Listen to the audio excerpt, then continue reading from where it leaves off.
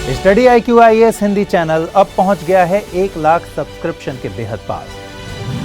आपसे मिले इस उपहार के लिए आप सभी का बहुत बहुत धन्यवाद। लेकिन अब रिटर्न गिफ्ट देने की बारी और जवाबदारी है हमारी। तो स्टडी IQ IAS हिंदी परिवार में 1 लाख स्टूडेंट्स के जुड़ने की खुशी में हम देने वाले हैं आपको कुछ बहुत अनूठे उपहार। हम करने वाले हैं एक एक कर कुछ सरप्राइजिंग अनाउंसमेंट। अगर अनुमान लगा सकते हैं आप कि हमारे रिटर्न गिफ्ट के पैकेट में क्या क्या शामिल है, तो बिना देर किए कमेंट कीजिए और इंतजार कीजिए आपके पहले गिफ्ट का।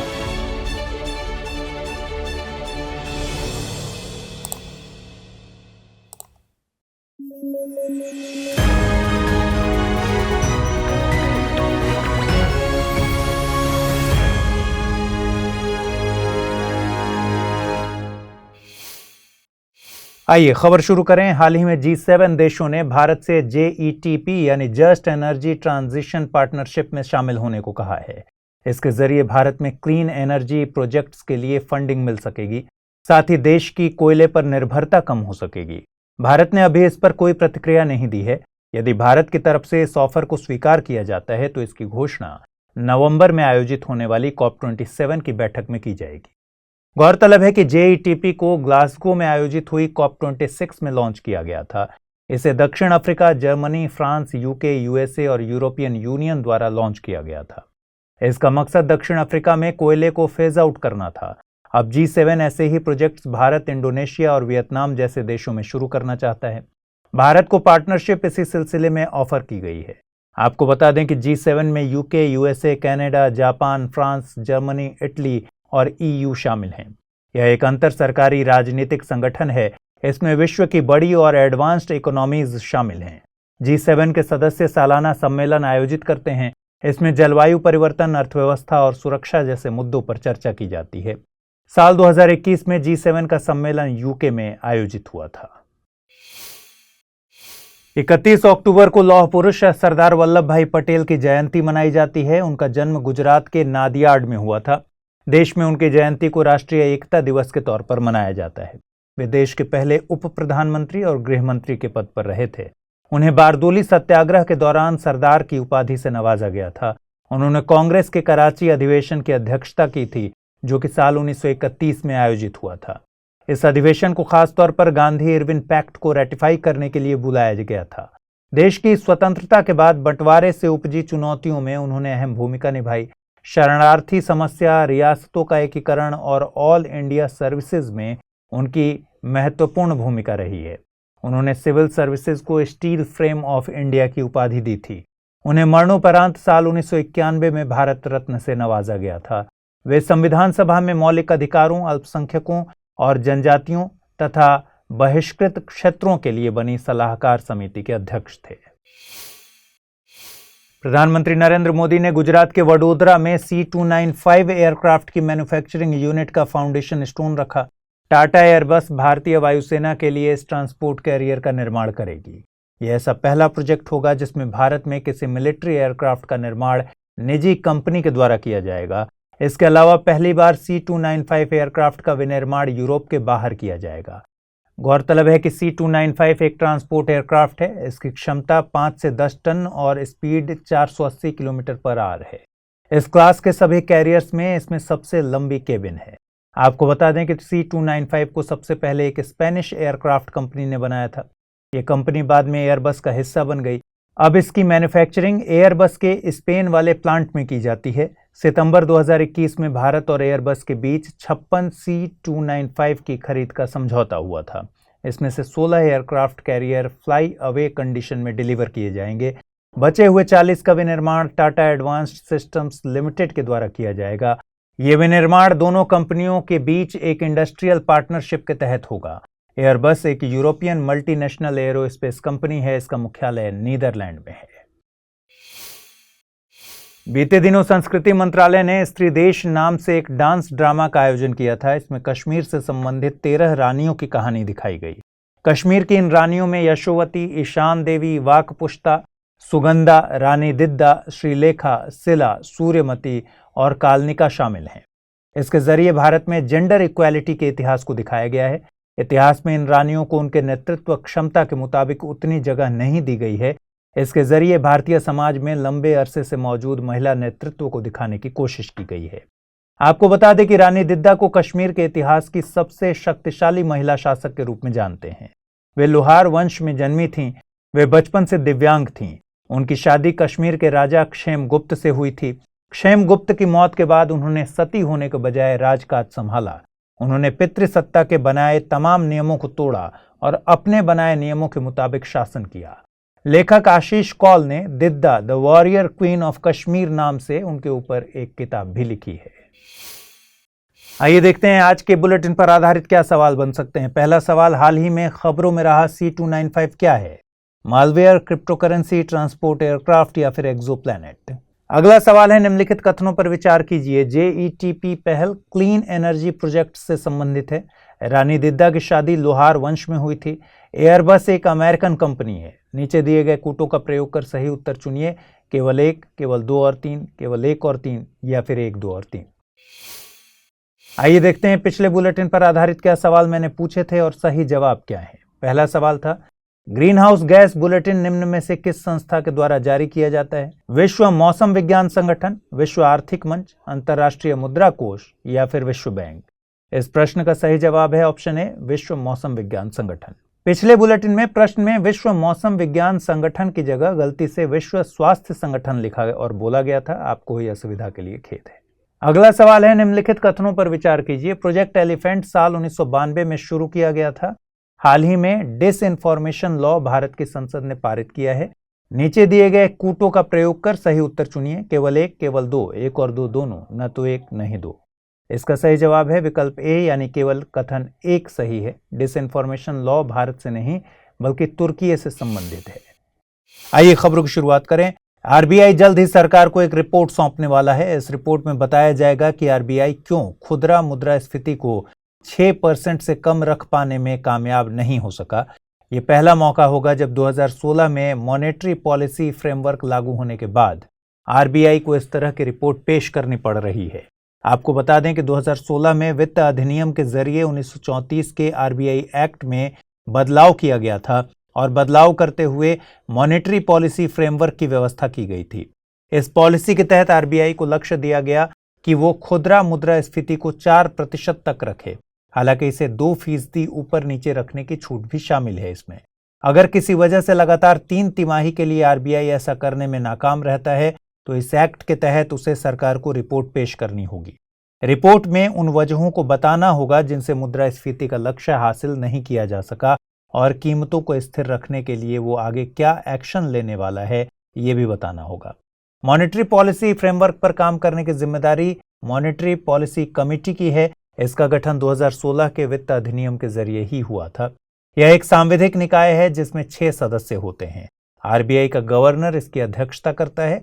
आरबीआई का डिप्टी गवर्नर और सेंट्रल बोर्ड द्वारा नामित एक व्यक्ति इसका सदस्य होता है। सरकार भी 3 सदस्यों को इसके लिए नियुक्त करती है। कानून के मुताबिक मॉनेटरी पॉलिसी कमेटी को साल में कम से कम 4 बैठकें करनी चाहिए। इसी के साथ 6 महीने में एक बार मॉनेटरी पॉलिसी रिपोर्ट जारी करना भी आरबीआई की कानूनी जिम्मेदारी है। सरकार ने हाल ही में फिलिस्तीन के शरणार्थियों के लिए $2.5 मिलियन की मदद भेजी है। यह राशि फिलिस्तीन के शरणार्थियों के लिए काम कर रही संयुक्त राष्ट्र की एजेंसी के लिए भारत की वार्षिक मदद का हिस्सा है। इस राशि से इन शरणार्थियों तक स्कूली शिक्षा, स्वास्थ्य और दूसरी सेवाओं को दुरुस्त करने में मदद मिलेगी। 2018 से भारत अब तक संयुक्त राष्ट्र की इस एजेंसी को $22.5 मिलियन की मदद भेज चुका है। इस एजेंसी का नाम है UNRWA। UNRWA यानी United Nations relief and work agency for Palestine refugees in the near east. फिलिस्तीन के शरणार्थियों के लिए राहत और मानव विकास का काम करती है ये संस्था। इसका गठन 1948 में शुरू हुए अरब इजराइल संघर्ष के बाद हुआ था। इसके लिए संयुक्त राष्ट्र महासभा में 1949 में प्रस्ताव 302-4 पारित किया गया था। शरणार्थियों की मदद को आगे बढ़ाने और पुख्ता करने के लिए संयुक्त राष्ट्र ने हाल ही में इस व्यवस्था को 2023 तक के लिए बढ़ा दिया है। UNRWA की फंडिंग की बात करें तो इसका अधिकांश हिस्सा संयुक्त राष्ट्र के सदस्यों की तरफ से स्वैच्छिक रूप से आता है। हालांकि कुछ फंड संयुक्त राष्ट्र के वार्षिक बजट से भी आता है। UNRWA आज के समय में लगभग 5.6 मिलियन फिलिस्तीनी शरणार्थियों की मदद कर रहा है। यह agency Jordan, Lebanon, Syria, West Bank, पूर्वी जेरूशलम और गाजा पट्टी में मौजूद शरणार्थियों के लिए काम कर रही है। हाल ही में कृषि एवं किसान कल्याण मंत्रालय ने नोटिफिकेशन जारी कर ग्लाइफोसेट के इस्तेमाल पर प्रतिबंध लगा दिए हैं। इस अधिसूचना के बाद अब कुछ मान्यता प्राप्त पेस्ट कंट्रोल ऑपरेटर्स ही ग्लाइफोसेट का इस्तेमाल कर पाएंगे। हालांकि इससे पहले महाराष्ट्र, तेलंगाना, पंजाब और आंध्र प्रदेश इस तरह के कदम उठा चुके हैं, लेकिन इसमें काफी कामयाबी हाथ नहीं लगी और ग्लाइफोसेट का उपयोग जारी रहा। पेस्टिसाइड एक्शन नेटवर्क इंडिया इस तरह के खरपतवारनाशी या शाकनाशी के इस्तेमाल पर रोक लगाने की मांग लंबे समय से करता आ रहा है। पैन इंडिया के मुताबिक ग्लाइफोसेट में काफी खतरनाक तत्व शामिल हैं, जिनसे इंसानों और पशुओं दोनों के स्वास्थ्य को खतरा है। कई रिपोर्ट्स में ग्लाइफोसेट के इस्तेमाल से कैंसर और प्रजनन संबंधी दिक्कतें होने की बात कही गई है। इसके अलावा आमतौर पर सूजन, त्वचा का जलना और मुंह तथा नाक में दिक्कत होने जैसी बातें भी इसमें शामिल हैं। इस तरह के खतरों को देखते हुए भारत में चाय के पौधों के लिए ग्लाइफोसेट के इस्तेमाल को मंजूरी दी गई है। इसके अलावा दूसरे किसी क्षेत्र में ग्लाइफोसेट का इस्तेमाल करने पर इंसेक्टिसाइड्स एक्ट 1968 के तहत कार्रवाई का प्रावधान है। इसके बावजूद ग्लाइफोसेट का उपयोग दूसरी फसलों के लिए भी बड़े पैमाने पर हो रहा है। इससे न केवल लोगों की सेहत बल्कि भारत के एग्रो इकोलॉजिकल पैटर्न पर भी असर पड़ रहा है। ग्लाइफोसेट एक शाकनाशी है जिसे पौधों की पत्तियों पर छिड़का जाता है ताकि बड़ी पत्ती वाले पौधों और घास को खत्म किया जा सके। इसमें मौजूद सोडियम सॉल्ट फॉर्म पौधे की ग्रोथ को रेगुलेट करने और खास फसलों को पकाने में मदद करता है। पेस्टिसाइड एक्शन नेटवर्क इंडिया एक स्वतंत्र राष्ट्रीय गैर लाभकारी संगठन है। इसका गठन 2013 में हुआ था। यह संगठन कीटनाशकों और शाकनाशकों के इस्तेमाल पर रिपोर्ट जारी करता है। हाल ही में जारी एक रिपोर्ट में भारत में क्लोरपिरिफोस, फाइप्रोनेल, एट्राजिन और पैरक्वाट के इस्तेमाल से जुड़े खतरों का जिक्र आया है। नासा के एक मिशन की तरफ से सूर्य की भेजी हुई तस्वीरें इन दिनों काफी चर्चा में हैं। दरअसल कुछ दिनों पहले नासा के SDO यानी सोलर डायनेमिक्स ऑब्जर्वेटरी ने सूर्य की अनदेखी तस्वीरें साझा की थीं। नासा ने इस तस्वीर में स्माइलिंग सन यानी मुस्कुराते हुए सूर्य की बात कही है, जबकि ब्रिटेन ने इस तस्वीर में दिखने वाली आकृति को कद्दू की तरह बताया है। नासा को पहुंची सूर्य की इस तस्वीर में ऊपर की तरफ दो काले बड़े धब्बों और नीचे की तरफ एक बड़ी कर्व लाइन को देखा जा सकता है। नासा के मुताबिक ये धब्बे कोरोना के छिद्र हैं जो सूर्य के बाकी हिस्से के मुकाबले कम गर्म और कम घने होते हैं, इसलिए ये काले दिखाई देते हैं।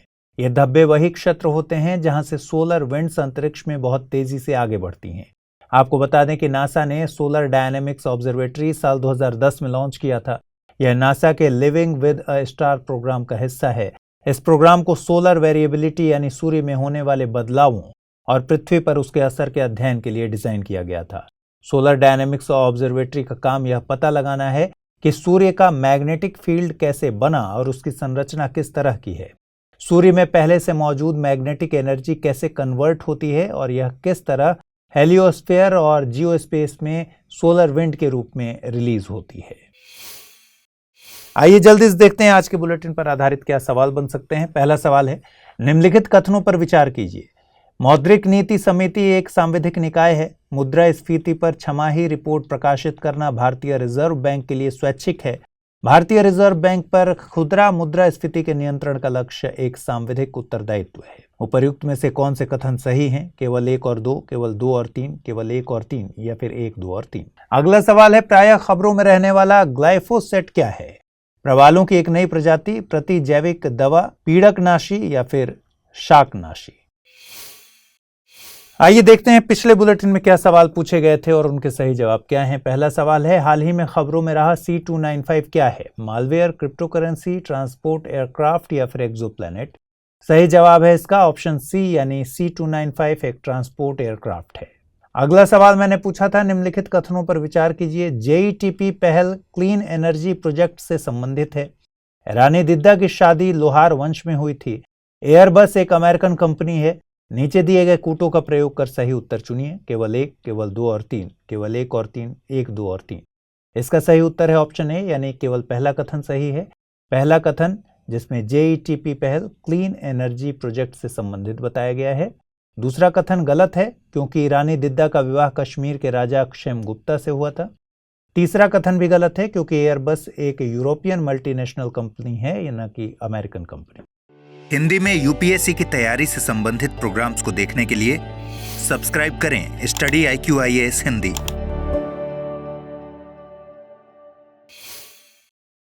चलिए खबर शुरू करें। बीते दिनों रूस ने BSGI यानी ब्लैक सी ग्रेन इनिशिएटिव से हटने का फैसला लिया है। इसके चलते वैश्विक स्तर पर गेहूं की कीमतों में इजाफा हुआ है। BSGI को UN, रूस, तुर्की और यूक्रेन के द्वारा लॉन्च किया गया था। इसका मकसद जरूरी खाने की वस्तुओं की कीमतें कम रखना, साथ ही अकाल जैसी परिस्थितियों से गुजर रहे देशों को अनाज मुहैया कराना था। इसमें जरूरी कृषि उत्पाद यूक्रेन के कई पोर्ट से निर्यात किए जाते हैं। गौरतलब है कि इस पहल में UN और तुर्की भी अहम भूमिका में हैं। UN के मुताबिक सिविलियन कार्गो शिप्स को मिलिट्री मामलों में टारगेट नहीं किया जा सकता। खाद्य आपूर्ति जारी रहनी चाहिए। भारत ने UN में खाद्य सुरक्षा का मुद्दा उठाते हुए इस पहल को जारी रखने की बात कही है। रूस का तर्क है कि ये पहल 19 नवंबर को एक्सपायर होने वाली है। ऐसे में जब इसे रिन्यू किया जाए तो रूस के अनाजों के निर्यात को बढ़ावा दिया जाए। गौरतलब है कि रूस यूक्रेन युद्ध के चलते कई देशों ने रूस पर सैंक्शंस लगाए हैं। आपको बता दें कि ब्लैक सी यूरोप और एशिया के बीच स्थित सागर है। इसके उत्तर में यूरोप, पूर्व में कॉकेसस, दक्षिण में अनातोलिया और पश्चिम में बाल्कन क्षेत्र है। इसकी तटीय सीमाएं बुल्गारिया, रोमानिया, यूक्रेन, रूस, जॉर्जिया और तुर्की से लगती हैं। इसी में रूस यूक्रेन के बीच विवादित क्षेत्र क्रीमिया स्थित है।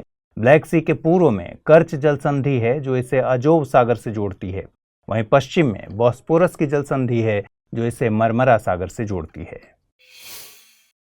मिनिस्ट्री ऑफ टेक्सटाइल ने NTTM यानी नेशनल टेक्निकल टेक्सटाइल मिशन के तहत कई प्रोजेक्ट्स को मंजूरी दी है। इसमें speciality fibres, smart textile, agro textile और जियो टेक्सटाइल से जुड़े प्रोजेक्ट शामिल हैं। गौरतलब है कि टेक्निकल टेक्सटाइल को उनकी टेक्निकल परफॉर्मेंस और फंक्शनल प्रॉपर्टीज के लिए निर्मित किया जाता है। इसमें कपड़ों की सुंदरता जैसे फीचर्स को शामिल नहीं किया जाता।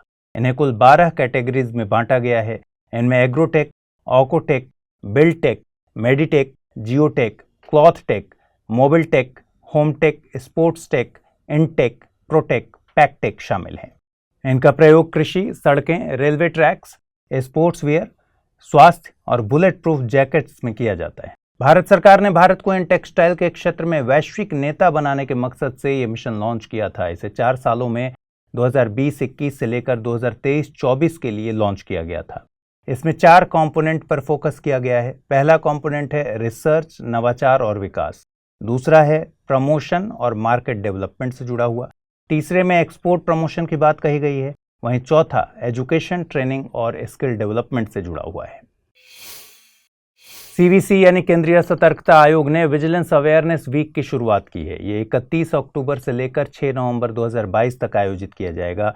इसकी थीम भ्रष्टाचार मुक्त भारत, विकसित भारत रखी गई है। इसके तहत नागरिकों के लिए सत्यनिष्ठा शपथ का प्रावधान किया गया है। साथ ही नागरिकों को भ्रष्टाचार के खिलाफ लड़ने के लिए प्रोत्साहित किया जाएगा। CVC का गठन 11 फरवरी 1964 को के संथानम समिति की सिफारिशों पर किया गया था। यह एक शीर्ष सतर्कता संस्था है। इसका मकसद भ्रष्टाचार के खिलाफ लड़ना और जन प्रशासन में सत्यनिष्ठा को सुनिश्चित करना है। यह आयोग भ्रष्टाचार के खिलाफ जीरो टॉलरेंस की नीति के लिए प्रतिबद्ध है। अपने मूल रूप में CVC न तो एक सांविधिक संस्था है और न ही संवैधानिक है। इसे केंद्रीय सतर्कता आयोग अधिनियम 2003 के जरिए सांविधिक दर्जा प्रदान किया गया था। किसी भी इंक्वायरी को करते वक्त इसके पास सिविल कोर्ट की शक्तियां होती हैं। CVC अपनी सालाना रिपोर्ट राष्ट्रपति को सौंपती है, जिसे राष्ट्रपति द्वारा संसद के सामने पेश किया जाता है। इसकी संरचना की बात करें तो एक अध्यक्ष का प्रावधान किया गया है। वहीं 2 से ज्यादा सदस्य नहीं हो सकते। वर्तमान में केंद्रीय सतर्कता आयुक्त के पद पर श्री सुरेश N पटेल हैं। इस खबर की महत्ता को समझने के लिए साल 2018 में UPSC द्वारा NDA की परीक्षा में पूछे गए सवाल पर गौर करिए। सवाल पूछा गया था, केंद्रीय सतर्कता आयोग का गठन किस समिति की सिफारिशों पर किया गया था? संथानम समिति, दिनेश गोस्वामी समिति, तारकुंडे समिति या फिर नरसिम्हन समिति? इसका सही जवाब है संथानम समिति। 1 नवंबर को जोजिला डे का आयोजन किया गया। इसे लद्दाख के द्रास में जोजिला वॉर मेमोरियल में आयोजित किया गया। इसका मकसद साल 1948 में इंडियन ट्रूप्स द्वारा ऑपरेशन बायसन में दिखाए गए शौर्य को सेलिब्रेट करना होता है। ऑपरेशन बायसन को पाकिस्तानी हमलावरों से जोजिला दर्रे को मुक्त कराने के लिए लॉन्च किया गया था। जोजिला डे इंडियन आर्मी के नेवर से डाई एटीट्यूड और अदम्य साहस का प्रतीक है। ऑपरेशन बायसन में ही पहली बार इतनी ऊंचाई पर टैंक्स का प्रयोग किया गया था। शुरुआत में इसे ऑपरेशन डक नाम दिया गया, जिसे बाद में लेफ्टिनेंट जनरल करियप्पा ने बदलकर ऑपरेशन बायसन किया था। गौरतलब है कि general KM. Cariappa Indian army के पहले भारतीय कमांडर इन चीफ थे। आपको बता दें कि जोजिला दर्रा हिमालय पर्वत श्रृंखला में स्थित है। यह समुद्र से तकरीबन 11,601 फीट की ऊंचाई पर है। यह जास्कर श्रेणी में आता है। श्रीनगर से लेह जाने का रास्ता इसी दर्रे से होकर गुजरता है। आइए देखते हैं आज के बुलेटिन पर आधारित क्या सवाल बन सकते हैं। पहला सवाल है, निम्नलिखित में से कौन सा देश ब्लैक सी ग्रेन इनिशिएटिव का हस्ताक्षरकर्ता देश नहीं है? रूस, यूक्रेन, तुर्की या फिर बुल्गारिया। दूसरा सवाल है, निम्नलिखित कथनों पर विचार कीजिए। ऑपरेशन बायसन इंडियन बायसन के संरक्षण के मकसद से लॉन्च किया गया था।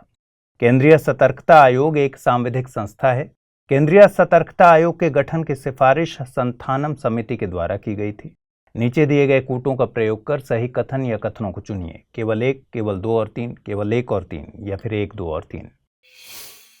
आइए देखें पिछले बुलेटिन में मैंने क्या सवाल पूछे थे और उनके सही जवाब क्या है। पहला सवाल था, निम्नलिखित कथनों पर विचार कीजिए। मौद्रिक नीति समिति एक सांविधिक निकाय है। मुद्रास्फीति पर छमाही रिपोर्ट प्रकाशित करना भारतीय रिजर्व बैंक के लिए स्वैच्छिक है। भारतीय रिजर्व बैंक पर खुदरा मुद्रास्फीति के नियंत्रण का लक्ष्य एक सांविधिक उत्तरदायित्व है। उपर्युक्त में से कौन से कथन सही हैं? केवल एक और दो, केवल दो और तीन, केवल एक और तीन या फिर एक, दो और तीन। इसका सही जवाब है विकल्प सी, यानी केवल एक और तीन। दूसरा कथन गलत है, क्योंकि 6 महीने में एक बार मॉनेटरी पॉलिसी रिपोर्ट जारी करना भी आरबीआई की कानूनी जिम्मेदारी है। अगला सवाल मैंने पूछा था, प्रायः खबरों में रहने वाला ग्लाइफोसेट क्या है? प्रवालों की एक नई प्रजाति, प्रतिजैविक दवा, पीड़कनाशी, शाकनाशी। सही जवाब है विकल्प डी, यानी शाकनाशी। एनसीएसटी यानी राष्ट्रीय अनुसूचित जनजाति आयोग ने पहाड़ी समुदाय को जम्मू कश्मीर की अनुसूचित जनजाति की सूची में शामिल करने को मंजूरी दे दी है। इसके साथ ही एनसीएसटी ने पद्दारी, कोली और गद्दा ब्राह्मण समुदायों को इस सूची में शामिल करने की मांग की है। इस प्रस्ताव को फाइनल राष्ट्रपति द्वारा जारी अधिसूचना के बाद ही किया जा सकेगा। संविधान के अनुच्छेद 342 के जरिए राष्ट्रपति को यह शक्ति हासिल है। वर्तमान में जम्मू कश्मीर में कुल 12 समुदाय अनुसूचित जनजाति के तौर पर दर्ज हैं। गौरतलब है कि गृह मंत्री अमित शाह ने पीर पंजाल वैली में एक रैली के दौरान पहाड़ी समुदाय को एसटी की लिस्ट में शामिल करने की बात कही थी। पीर पंजाल वैली गुज्जर और बकरवाल समुदायों का भी रिहायशी इलाका है। उन्हें जम्मू कश्मीर में पहले से एसटी का दर्जा हासिल है। पहाड़ी समुदाय को एसटी में शामिल करने पर गुज्जर और बकरवाल समुदायों ने नाराजगी जाहिर की है। हालांकि सरकार ने सभी समुदायों के हितों को बनाए रखने की बात कही है। गुज्जर और बकरवाल एक नोमैडिक ट्राइब यानी खानाबदोश समूह है। आपको बता दें कि एनसीएसटी एक संवैधानिक निकाय है। इसका गठन संविधान के अनुच्छेद 338A के जरिए किया गया है। इस अनुच्छेद को संविधान में 89वें संशोधन अधिनियम 2003 से जोड़ा गया था। वर्तमान में कमीशन के अध्यक्ष हर्ष चौहान हैं। कुछ मामलों में कमीशन को सिविल कोर्ट की शक्तियां हासिल हैं। इन मामलों में भारत के किसी भी भाग से किसी व्यक्ति को बुलाना और हाजिर कराना, किसी डॉक्यूमेंट की जरूरत पड़ने पर या हलफनामे पर एविडेंस के लिए, इसके अलावा किसी कोर्ट से पब्लिक रिकॉर्ड की मांग के लिए और ऐसा कोई मामला जिसे राष्ट्रपति नियम बनाकर शामिल करें, आते हैं। बीते दिनों एनआरआईज की तरफ से कोर्ट में याचिका दायर की गई थी। इसमें एनआरआईज के लिए रिमोटली वोटिंग को अलाउ करने की मांग की गई थी। इस पर सरकार ने जवाब दिया है कि एनआरआईज के लिए रिमोट वोटिंग कराने का प्रयास किया जा रहा है। इसमें चुनाव प्रक्रिया को क्लीन रखने पर जोर दिया जाएगा। कोर्ट के मुताबिक देश के सुदूर कोने में जाके सेवाएं देने वाले सैनिकों और अपनी मर्जी से विदेश में रहने का चुनाव करने में फर्क है। कोर्ट ने सैनिकों को पोस्टल बैलेट सुविधाएं देने को इस मामले से अलग रखने को कहा। हालांकि कोर्ट ने माना है कि मजदूर वर्ग के जो लोग विदेश में रहकर काम करते हैं, उनके लिए केवल वोट कास्ट करने के लिए हवाई सफर करना मुनासिब नहीं होता। कोर्ट ने सरकार से डिजिटल वोटिंग पर राय मांगी है। गौरतलब है कि सरकार ने इस मामले के मद्देनजर representation of the people amendment bill भी पेश किया था। हालांकि 16वीं लोकसभा के साथ बिल भी डिसॉल्व हो गया। Representation of the people act 1950 के सेक्शन 20A में देश से बाहर रह रहे नागरिकों को वोट देने के लिए फिजिकली प्रेजेंट होना होगा। इस मामले में चुनाव आयोग का भी मानना है कि एनआरआईज को रिमोट वोटिंग का अधिकार देना चाहिए। आयोग ने एनआरआईज के लिए ETPBS यानी electronically transmitted postal ballot system जैसी व्यवस्था की बात कही है।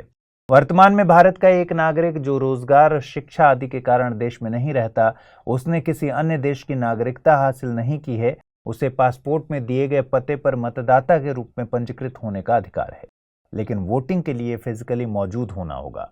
NRIs को वोटिंग राइट्स साल 2011 में representation of the people act 1950 में संशोधन करके दिए गए थे। आपको बता दें कि एक NRI यानी नॉन रेजिडेंट इंडियन से मतलब ऐसे व्यक्ति से है जो किसी कैलेंडर ईयर में 182 दिन भारत के बाहर निवास करता है। उसके पास भारत का पासपोर्ट और नागरिकता होनी चाहिए। राष्ट्रपति द्रौपदी मुर्मू 2 दिन की नागालैंड यात्रा पर हैं। इस दौरान वे दूसरे विश्व युद्ध के दौरान शहीद हुए सैनिकों को श्रद्धांजलि देने कोहिमा कब्रिस्तान भी पहुंची। साथ ही उन्होंने अंगामी जनजाति के सबसे पुराने गांवों में से एक किगवेमा की भी यात्रा की। किगवेमा अंगामी जनजाति का एक पारंपरिक गांव है। अंगामी नागालैंड की प्रमुख जनजातियों में से एक है। ये अपने वुडक्राफ्ट और आर्ट वर्क के लिए पूरे देश में प्रसिद्ध है। इस जनजाति के द्वारा फरवरी महीने में 10 दिन चलने वाला त्योहार सेकरेन यिथेनई मनाया जाता है। इसमें 10 दिनों तक रीति रिवाजों का पालन किया जाता है। इस त्योहार को फोसनई भी कहते हैं। इस जनजाति की आजीविका का मुख्य साधन है कृषि। ये ईसाई धर्म का पालन करते हैं। नागालैंड में पाई जाने वाली अन्य जनजातियों में एओ, चाखेसांग, चांग, दिमासा कचारी, खियामनियुंगन, कोन्याक, कुकी, लोथा, फोम, पोचुरी, रेंगमा, संगतम, सुमी, यिमचुंगरू और जेलियांग शामिल हैं। कश्मीर के पाम्पोर क्षेत्र में सैफरन फेस्टिवल यानी केसर फेस्टिवल का आयोजन किया गया। पाम्पोर क्षेत्र को कश्मीर का केसर का कटोरा कहते हैं। दुनिया में हर साल तकरीबन 300 टन केसर का उत्पादन किया जाता है। इसमें से 76% का उत्पादन ईरान में किया जाता है। इसे दुनिया का सबसे कीमती मसाला मानते हैं। ये रेड गोल्ड के नाम से भी प्रसिद्ध है। गौरतलब है कि केसर का उत्पादन क्रॉकस सैटिवस पौधे के स्टिग्मा से किया जाता है। भारत में इसे जम्मू कश्मीर और हिमाचल प्रदेश में उगाया जाता है। कश्मीरी केसर को साल 2020 में GI टैग प्रदान किया गया था। कश्मीर में होने वाली केसर की खेती को साल 2011 में FAO द्वारा GIAHS यानी globally important agricultural heritage systems में शामिल किया गया था। GIAHS के जरिए दुनिया भर की परंपरागत कृषि प्रणालियों को संरक्षित किया जाता है। आइए जल्दी से देखते हैं आज बुलेटिन पर आधारित कौन से सवाल बन रहे हैं। पहला सवाल, अक्सर खबरों में रहने वाली जनजातियां कोन्याक, रेंगमा और अंगामी किस राज्य से संबंधित हैं? आंध्र प्रदेश, जम्मू कश्मीर, नागालैंड या फिर असम? दूसरा सवाल है, निम्नलिखित कथनों में से कौन सा या से सही है या है? NRI व्यक्तियों को अपने पासपोर्ट पर दर्ज पते के क्षेत्र में वोट देने का अधिकार है। NRI व्यक्तियों को वोटिंग का अधिकार साल 2014 में दिया गया था। केवल एक, केवल दो, एक और दो दोनों, न तो एक नहीं दो। आइए देखते हैं पिछले बुलेटिन में मैंने क्या सवाल पूछे थे और उनके सही जवाब क्या हैं। पहला सवाल था, निम्नलिखित में से कौन सा देश ब्लैक सी ग्रेन इनिशिएटिव का हस्ताक्षरकर्ता देश नहीं है? रूस, यूक्रेन, तुर्की या फिर बुल्गारिया? सही जवाब है ऑप्शन डी, बुल्गारिया। अगला सवाल मैंने आपसे पूछा था, निम्नलिखित कथनों पर विचार कीजिए।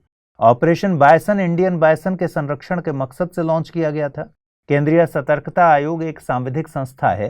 केंद्रीय सतर्कता आयोग के गठन की सिफारिश संथानम समिति के द्वारा की गई थी। नीचे दिए गए कूटों का प्रयोग कर सही कथन या कथनों को चुनना था। केवल एक, केवल दो और तीन, केवल एक और तीन या फिर एक, दो और तीन। और सही जवाब है विकल्प बी यानी केवल 2 और 3। कथन एक गलत है क्योंकि ऑपरेशन बायसन जोजिला दर्रे के लिए चलाए गए मिशन से संबंधित है। संघ शासित प्रदेश यानी यूटी लद्दाख में लोग सड़कों पर उतर आए हैं। उनकी मांग है कि लद्दाख को पूर्ण राज्य का दर्जा दिया जाए। दरअसल 31 अक्टूबर को लद्दाख ने यूटी बने हुए 3 साल पूरे किए हैं। लोगों ने इस मौके को सरकार से अपनी मांगें पूरी करवाने के लिए चुना है। लोग पूर्ण राज्य के दर्जे के साथ साथ 6वीं अनुसूची में शामिल राज्यों की तरह विशेष दर्जा भी चाहते हैं। मांग कर रहे लोगों का कहना है कि यदि सरकार पूर्ण राज्य का दर्जा नहीं दे सकती तो कम से कम लद्दाख को विधानमंडल वाला संघ शासित प्रदेश बनाया जाए। गृह मंत्रालय ने जी किशन रेड्डी की अध्यक्षता में एक समिति का गठन भी किया है जिससे लद्दाख से संबंधित मुद्दों को हल किया जा सके। आपको बता दें कि संविधान की 5वीं और 6वीं अनुसूची में अनुसूचित जनजातियों के हितों की रक्षा के लिए प्रशासनिक स्वायत्तता का प्रावधान किया गया है। 6वीं अनुसूची में असम, मेघालय, त्रिपुरा और मिजोरम शामिल हैं। 6वीं अनुसूची के तहत शामिल इन राज्यों को अनुच्छेद 244 के प्रावधानों के मुताबिक स्वायत्त प्रशासनिक विभाग गठित करने का अधिकार होता है। इन विभागों को राज्य के भीतर विधायन, प्रशासन और न्यायिक स्वायत्तता हासिल होती है। 5वीं अनुसूची के तहत 6वीं अनुसूची में शामिल राज्यों के अलावा अन्य राज्यों के जनजातीय क्षेत्रों को लेकर प्रावधान है। गृह मंत्रालय के एक अधिकारी के मुताबिक लद्दाख को 6वीं अनुसूची में शामिल करना एक मुश्किल काम है। संविधान में साफ है कि 6वीं अनुसूची उत्तर पूर्वी राज्यों से जुड़ी है। देश के अन्य राज्यों के लिए 5वीं अनुसूची मौजूद है। सरकार को ऐसा करने के लिए संविधान में संशोधन करना होगा। इस खबर की अहमियत को समझने के लिए साल 2015 में यूपीएससी द्वारा पूछे गए एक सवाल पर गौर करिए। सवाल पूछा गया था, भारत के संविधान में 5वीं अनुसूची और 6ठी अनुसूची के उपबंध निम्नलिखित में से किस लिए किए गए हैं? पहला, अनुसूचित जनजातियों के हितों के संरक्षण के लिए। दूसरा, राज्यों के बीच सीमाओं के निर्धारण के लिए। पंचायतों की शक्तियों, प्राधिकारों और उत्तरदायित्वों के निर्धारण के लिए। या फिर सभी सीमावर्ती राज्यों के हितों के संरक्षण के लिए। इसरो ने जानकारी दी है कि भारत का एक सैटेलाइट पिछले दिनों अनियंत्रित हो गया है और पृथ्वी के वायुमंडल में फिर से लौट आया है। इसरो जिस सैटेलाइट की बात कर रहा है उसका नाम रिसैट-2 है, जिसे 2009 में लॉन्च किया गया था। इसरो के मुताबिक 300 केजी के वजन वाला यह सैटेलाइट 30 अक्टूबर को इंडोनेशिया के जकार्ता के पास हिंद महासागर में गिर गया। इसरो ने इस घटना के पीछे फ्यूल खत्म होने को वजह बताया है, जिसे शुरुआती तौर पर केवल 4 साल के लिए ही मुहैया कराया गया था। रिसैट-2 इसरो की रिसैट यानी रडार इमेजिंग सैटेलाइट सीरीज का हिस्सा है। यह एक स्पाई सैटेलाइट था जिसका इस्तेमाल अलग अलग क्षेत्रों में इमेजिंग मुहैया कराने के लिए किया गया। 2008 में हुए मुंबई आतंकी हमले के बाद इसका विकास काफी तेजी से किया गया था। यह सैटेलाइट सिंथेटिक अपर्चर रडार से लैस था। आपको बता दें कि पृथ्वी पर सैटेलाइट की री एंट्री के लिए यूएस स्पेस कमांड की तरफ से जारी ऑर्बिटल डेटा का इस्तेमाल किया जा रहा था।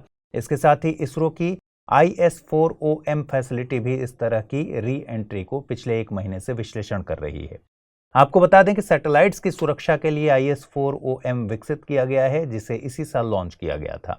IS-4OM यानी Indian system for safe and sustainable space operations management खास तरह के एनालिसिस सॉफ्टवेयर से लैस है, जो भारत के सैटेलाइट्स को सेफगार्ड करने और स्पेस डेब्रिस पर बराबर नजर बनाए रखने में मदद करता है।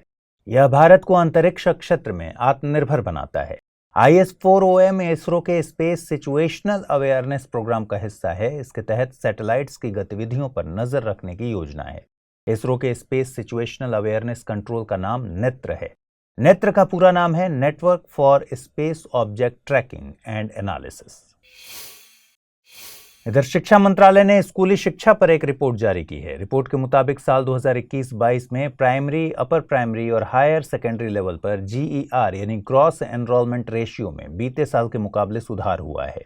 हायर सेकेंडरी लेवल पर GER 53.8% से बढ़कर 57.6% तक पहुंच गया है।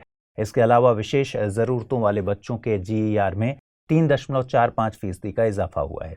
रिपोर्ट के मुताबिक स्कूली शिक्षा में तकरीबन 95 लाख से ज्यादा शिक्षक काम करते हैं। इनमें 51% से अधिक महिलाएं शामिल हैं। वहीं साल 2020-21 में PTR यानी पीपल टीचर रेशियो प्राइमरी में 26 और अपर प्राइमरी में 19 है। सेकेंडरी के लिए PTR 18, हायर सेकेंडरी के लिए यह आंकड़ा 27 है। गौरतलब है कि GER कई अलग अलग कक्षा स्तरों पर विद्यालय में नामांकित छात्रों की संख्या निर्धारित करता है। वहीं PTR से मतलब एक शिक्षक पर विद्यार्थियों की संख्या से है। आपको बता दें, शिक्षा समवर्ती सूची का विषय है। इसे 42वें संविधान संशोधन के जरिए समवर्ती सूची में रखा गया था। समवर्ती सूची में होने का मतलब है कि इस पर राज्य और केंद्र सरकार दोनों कानून बना सकते हैं। 86वें संविधान संशोधन अधिनियम के जरिए शिक्षा को अनुच्छेद 21A के तहत मौलिक अधिकार के तौर पर शामिल किया गया है। विश्व आर्थिक मंच के मुताबिक डिजिटल सॉल्यूशंस के जरिए वैश्विक उत्सर्जन को 20% तक कम किया जा सकता है। इसके लिए वैश्विक नेताओं और इंडस्ट्रीज को ट्विन ट्रांजिशन अप्रोच पर काम करना होगा। ट्विन ट्रांजिशन अप्रोच में डिजिटाइजेशन और सस्टेनेबिलिटी को अलग अलग नहीं देखा जाता, बल्कि इन्हें साथ मिलाकर सतत विकास के लक्ष्य को पूरा किया जा सकता है। इसमें ग्रीनिंग टेक्नोलॉजी पर अमल करने को तवज्जो दी जाती है। ट्विन ट्रांजिशन अप्रोच को सबसे बेहतर उदाहरण के तौर पर अगर समझें तो इसका सबसे बेहतर उदाहरण कोविड के दौर में रिमोट वर्किंग का चलन है। इससे जहां परिवहन के कम होने से प्रदूषण में कमी आई, तो वहीं इसे संभव बनाया डिजिटल अवसंरचना ने। बिना इंटरनेट के रिमोट वर्किंग जैसी संकल्पना कभी साकार नहीं हो पाती। आइए अब देखें आज के बुलेटिन पर आधारित क्या सवाल बन रहे हैं। पहला सवाल है, निम्नलिखित में कौन सा राज्य संविधान की 6वीं अनुसूची का हिस्सा नहीं है? असम, मेघालय, त्रिपुरा, मणिपुर। दूसरा सवाल है, निम्नलिखित कथनों पर विचार कीजिए। ट्विन ट्रांजिशन इसरो द्वारा विकसित एक तकनीक से संबंधित है। शिक्षा समवर्ती सूची का विषय है। नेत्र का पूरा नाम network for space object tracking and analysis है। नीचे दिए गए कूटों का प्रयोग कर सही कथन चुनिए। केवल 1, केवल 2 और 3, केवल 1 और 3, या फिर 1, 2 और 3। अब देखें कल जो पूछे थे मैंने सवाल, उसके सही जवाब क्या हैं। पहला सवाल मैंने पूछा था, अक्सर खबरों में रहने वाली जनजातियां कोन्याक, रेंगमा और अंगामी किस राज्य से संबंधित हैं? आंध्र प्रदेश, जम्मू कश्मीर, नागालैंड या फिर असम। सही जवाब है इसका नागालैंड, यानी ऑप्शन सी। अगला सवाल मैंने पूछा था, निम्नलिखित कथनों में से कौन सा या से सही है या है? एनआरआई व्यक्तियों को अपने पासपोर्ट पर दर्ज पते के क्षेत्र में वोट देने का अधिकार है। एनआरआई व्यक्तियों को वोटिंग का अधिकार साल 2014 में दिया गया था। ऑप्शंस थे केवल 1, केवल 2, 1 और 2 दोनों, न तो 1 नहीं 2। इसका सही जवाब है विकल्प ए, यानी केवल 1। एनआरआई व्यक्तियों को वोटिंग का अधिकार साल 2011 में दिया गया था।